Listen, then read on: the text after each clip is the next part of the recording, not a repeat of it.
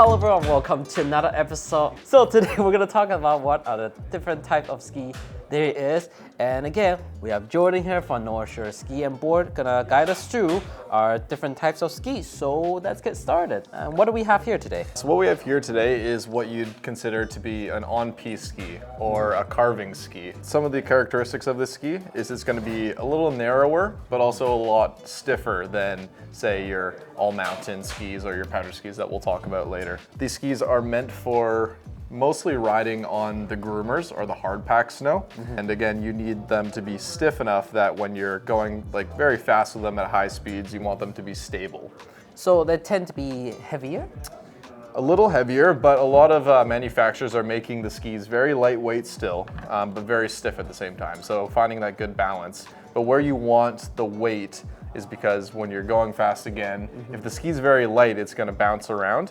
But if it's stiff and it's a little heavier, it's gonna be very stable and be able to cut through the hard pack or the ice conditions a lot better. I see. So what kind of people would, mainly go for piste? I'd say anyone who is like an intermediate level skier. Technically speaking, like when you're a beginner, you'll be spending a lot of your time on piste. This type of ski here, this wingman, a high level intermediate to advanced level skier that would go onto this. Yeah. All right. They're going to be staying on the groomers. They want to go fast. They want stability at high speeds. So we know we talk about the pros about it. Is there cons though for it? Yeah, I mean the cons would be it's not soft flexing, and some people prefer soft flexing ski in the trees or if they're riding powder with it, so it's not going to be very forgiving. This is the Elan Wingman. This is an 82 underfoot, so the measurement underfoot again. What do we have here, Jordan? This is an all-mountain ski. Specifically, this is the Elan Ripstick 96. 96 is that number that represents the underfoot measurement on the ski. Oh, so it's a bit wider now. A little bit wider, yeah.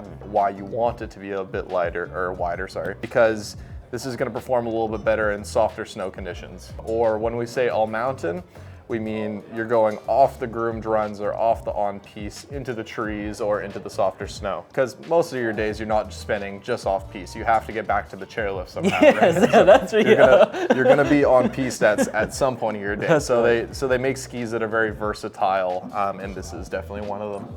And it also depends on where you're skiing, right? So if you're, again, skiing in Europe or skiing out east, it's a lot more harder pack snow. You don't get those all-mountain conditions that we do on in Vancouver here or even up at Whistler. The cons, the cons is going to be that it's just a little wider, so it takes a little longer to get it from edge to edge. It's a little bit more ski to maneuver and turn. So if you're not used to turning a big ski like this, it can be a lot for someone who's just learning. So having a bit more rocker is important for softer snow. Like a flotation? Like that? Yeah, so it's going to provide you flotation, and it's going to, so when you're in the softer snow, it's going to keep you afloat opposed to just nose diving into the softer snow.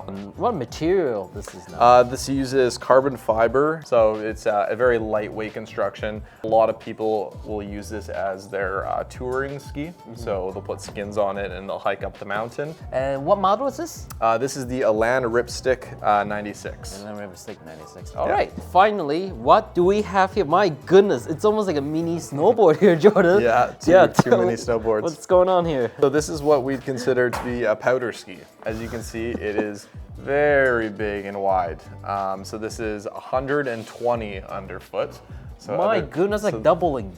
Yeah, so the skis we were talking about were 84, 96, so this is 120. The characteristics of the ski is that they're very soft in the tips and tails. They are very stiff underfoot, so they actually do, believe it or not, ski very well on a hard packed snow. Really? For being such a wide for ski. That? But yeah, they this ski specifically, so this is the Atomic Ben Chetler 120. Oh, man. They make a whole series of the skis. So they make it from an 85 to a 90 to 100, 110, and 120. Way, I don't know, is it me or like the Atomic is like of all the brand that makes really nice graphics? Yeah, it's funny you mentioned their pro skier. His name is Ben Chetler. Just like the name. Oh, just wow, the name of the ski, yeah. But he actually draws all of these himself. Yeah, so he hand designs all the skis. Cause look at this. Yeah. Wow. It's like an artwork. What about the con now? Yeah, the con is we mentioned it briefly in the all mountain ski, but the con is that it's not going to perform as well on the hard packed snow, right? So for all the reasons, the narrower one is better on the hard packed. Is the other side of that is that the wide ski is not going to be as good on the hard pack snow. But again, that's not why you're buying this ski. You're buying this ski for powder. You know, for everyday use, what would you recommend of all three? Like the most highly likely. For our conditions, it's going to be that all mountain ski. That one we talked about in the middle, because it has, again, the most versatility. So it does the hard pack snow, but it also does the softer snow, where the first one I showed you and this one that I showed you is very specialty type skis. Yeah. That's it for now. As always, if you haven't done so, make sure to hit that like and subscribe button. If you have any question, feel free to drop in a comment below. I will list all the ski there is in the description, so if you're interested, make sure to go check it out. And thanks to North Shore Ski and Board again for helping on this episode, and I'll see you guys on the next one. Bye!